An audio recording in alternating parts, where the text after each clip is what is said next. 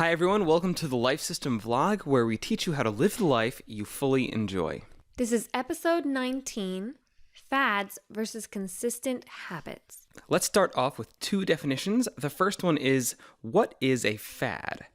A fad is an intense and widely shared enthusiasm for something, especially one that is short-lived and without basis in the object's qualities, or a craze. Consistency is defined as conformity in the application of something, typically that which is necessary for the sake of logic, accuracy, or fairness.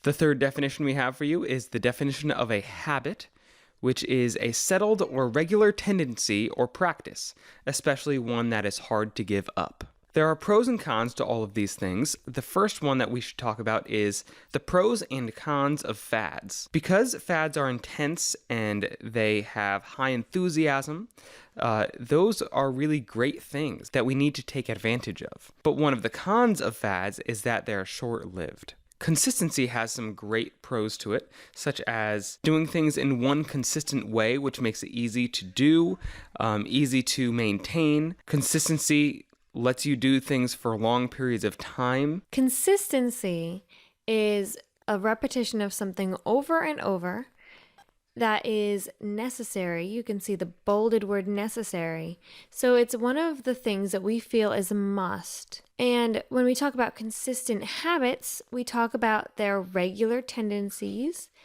and that it's something that's hard to give up, not always because you desire to do it so badly, more often because you're used to doing it. Because it's harder to not do it than it is to just do it. It's probably become routine for you. So you can see the last thing on this page is turn your fads into habits. Well, for us, Jay tends to be more of a fad kind of person, and I will be more the person who will try to find a way to keep something going for a long period of time. So what we've learned to do is, instead of getting upset at the other person for being different from us, which often happens with married couples, opposites tend to attract, we have appreciated the pros in each other and used the pros to help us while basically eliminating the cons. So when Jay gets very excited about something, we talk about it a lot. We start something. When you get excited about a fad, you tend to start something and may or may not be able to finish it depending on how short-lived your enthusiasm is. That's where consistent habits come in. You want to take that enthusiasm and use that momentum that you have from your emotions to build a good habit that maybe you do a little less frequently, but you can continue for the long term. So that's why we use Beeminder. Beeminder helps us to create habits and maintain habits.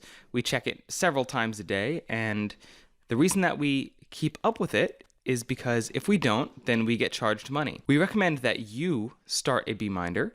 So go to beeminder.com when we get the chance and start your first goal and habit. And just so you know, we don't get any money from Beeminder. We are not partners with them at all. We just really, really love their service. So we're telling you from a very honest place that this is the best way to start and maintain a habit. If you're living a fad right now, make sure that you use that energy while you still have it to create your first habits.